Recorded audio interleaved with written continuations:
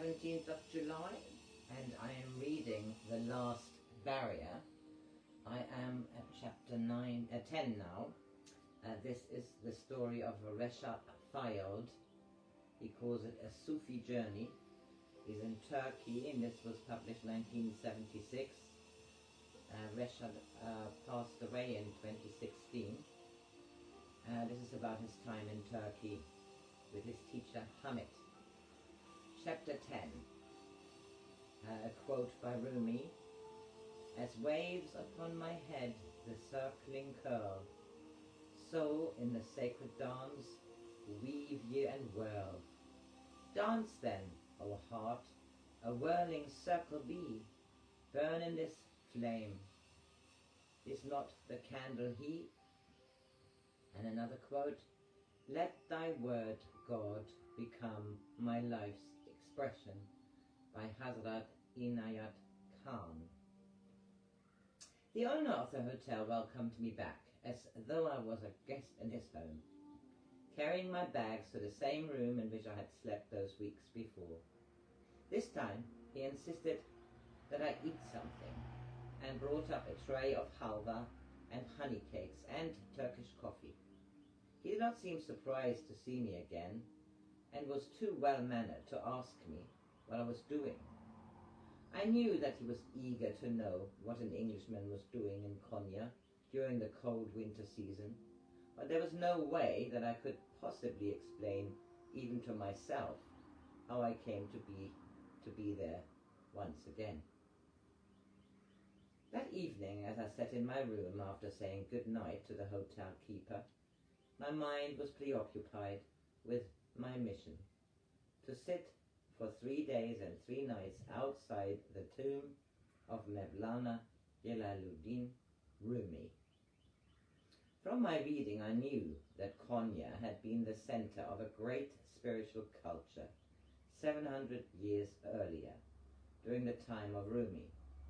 Many of the great Sufi masters had congregated in that city, and all the major religions of the world had come into Asia Minor, as though to a prearranged meeting of the ways, a knitting together of the inner truths that underlie the outer forms of religion.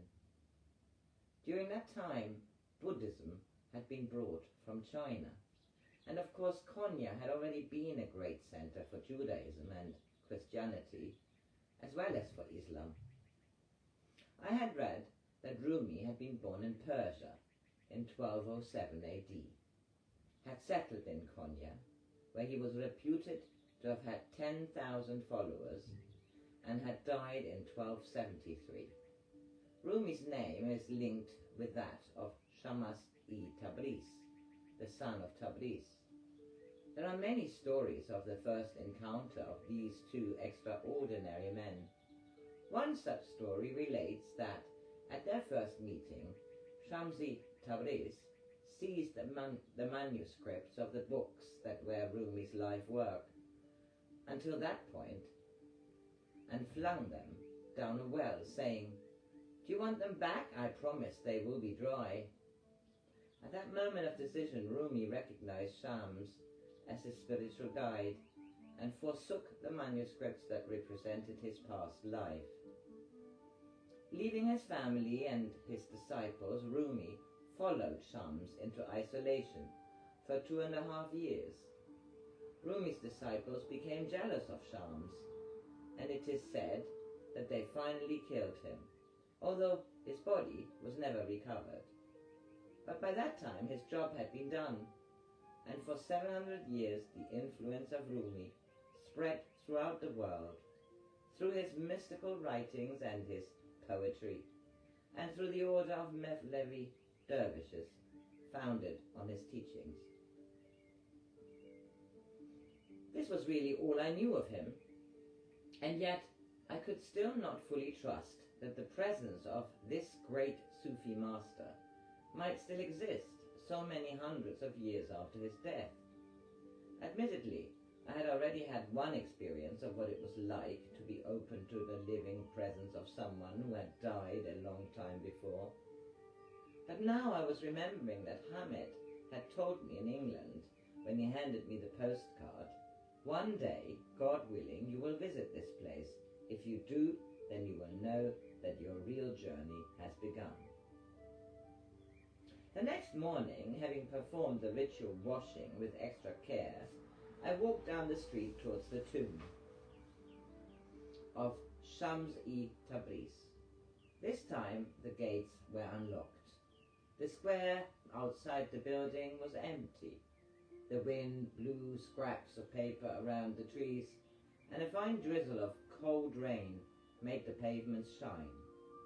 Just outside the door stood a shoe rack, with 3 or 4 pairs of shoes arranged neatly on the shelves. I removed my shoes and stepped into the room. By the dim light of the oil lamps burning at the other end, I could just make out the silhouettes of a group of people praying. Yet none of these details mattered, for as soon as I crossed the threshold, there was no avoiding the incredible presence that filled the room. It was like entering another dimension, where the power of love is so enormous that it seems to shatter all preconceived ideas, wipe clean the past, burst inside to unlock a door to the heart. I remember trying to pray, yet there was no need to say or do anything. It was only necessary to open myself, to allow this presence of love to enter. I do not know how long I stood there, nor do I have any recollection of leaving the place and starting on the walk to Rumi's tomb for my long vigil. One moment I was in the tomb of Shams-e-Tabriz, and the next I was in the courtyard of Rumi's tomb, sitting on a bench by the fountain, my firkin pulled up tightly around my face for protection from the wind. I had gone through the outer gate and crossed the courtyard to find the door to the tomb and the museum open. I had entered, seen the magnificence of the building and the tomb itself familiar to me from the picture on the postcard that Hamid had given me in England, and then walked back into the courtyard, planning to begin my long vigil. I had been sitting on the bench only a short time when I felt a tap on my right shoulder. Opening my eyes required a tremendous effort, and for a moment I could not focus them. When I did, I saw a man in uniform, with a peaked cap, bending over me and looking quite stern. "Yok," he said. "Yok what?" I replied, not sure what was going on. "Yok," he repeated firmly, standing up straight and pointing to the gate. I started to protest, but he cut me short, beckoning to another man in uniform. This time there was no doubt, for the other man spoke English. "I am most sorry, sir, but to sit at tombs is forbidden. So you go to visit Mevlana, and then we show you the museum, yes?" "But you see," I tried to explain, "I've been asked to sit here. I've been told to sit here for 3 days and 3 nights. "Not possible. Please, you go now." A crowd had collected, and there was the usual heated discussion in Turkish. The first uniformed guide had turned his back on me, and was telling them the story, and the second one was standing threateningly over me, pointing to the gate. I had come several thousand miles from England, had travelled round Turkey, was apparently nearing the end of my journey, and had received special instructions from someone who was obviously important in Istanbul, that I was to sit at a tomb for 3 days and 3 nights. I decided to hang on and not to move. The worst they could do would be to call the police, and by this time even the arrival of the whole police force did not seem important. I closed my eyes once more, breathed deeply, and tried to pretend that there was no one there. For a few minutes this seemed to work, but then I felt another tap on my shoulder, this time much harder, and then someone shaking my shoulder. I continued my meditation, trying to shrug them off, but then I heard another voice, so kind and gentle, that I opened my eyes to see an old man with a grey beard and a blue pin-striped suit standing there and smiling at me. The old man took both my hands in his, kissed them and raised them to his forehead in greeting. Then he beckoned to someone at the back of the crowd. It was Farid, the young man who had acted as translator for my conversation with the sheikh on my previous trip to Konya. We greeted each other warmly. I was so astonished to see him, and I had so many questions for him that I could hardly speak at all. The old man was explaining something to me in Turkish. Farid listened for a moment and then turned to me. Didi says that he knew that you were coming. He says that you are to go with him to his house, where he has prepared a room for you. You are to come now, please, and I will come also to translate for you. But I started to protest. I was interrupted by a renewed flood of Turkish. Didi says that he knows that you have been given certain instructions, but he says that it does not matter anymore, and it is true that you are not allowed to sit here. Also, the tomb closes in half an hour. The old man was beaming at me as though I were a lifelong friend.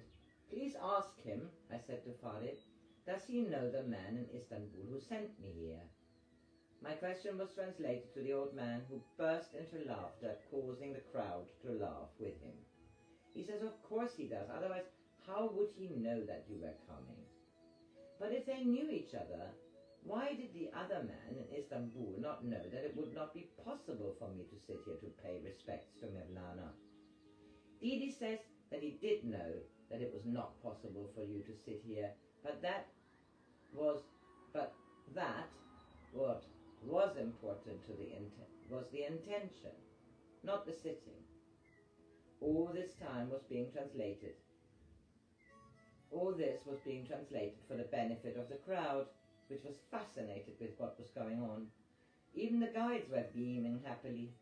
Whenever the word Mevlana was spoken,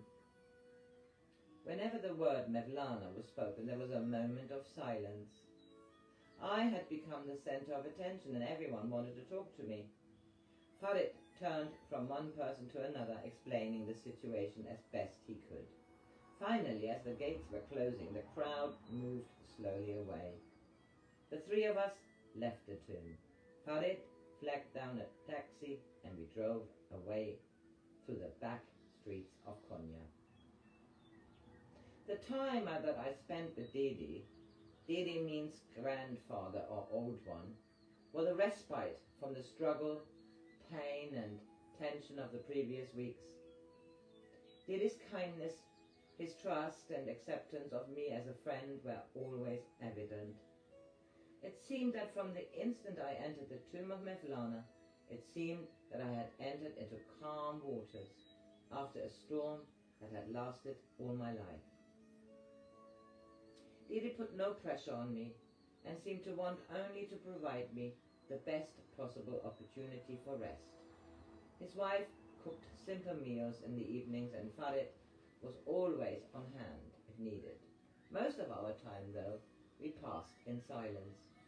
We would get up early in the morning, go outside to the water tap in the little yard and perform the ritual washing. Then, at the call from the muezzin, Didi would perform his morning prayers.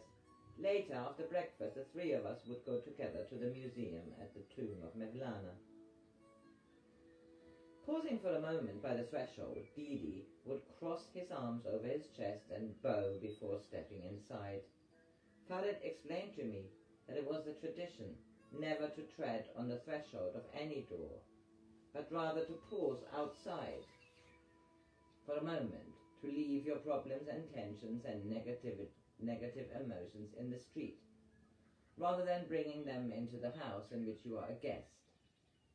In one of the rooms, Didi would always bow to the lines of script that decorated the walls. One of these lines, Farid informed me, said, "Indeed, God is beautiful and loves the beautiful," and another, "The sole purpose of love is beauty." When we had proceeded around the different rooms of the museum, paused at certain points, we would go out into the courtyard and he would speak to me about the life and teachings of Rumi. Didi told me that the way involves no form, although it may appear that certain rituals are followed. Farid explained, Ours is a religion of love, and yet it is not a religion in the way that you understand religion. We do not do our practices in order to come to realize God, but rather we accept the unity of God first, and then everything follows from that. During that period, it seemed wrong for me to question Dili. After giving a discourse or telling a story, he would smile and leave it to me to work out the inner meanings of his words. Once he told me that there were 4 levels of understanding, and 2 further levels on which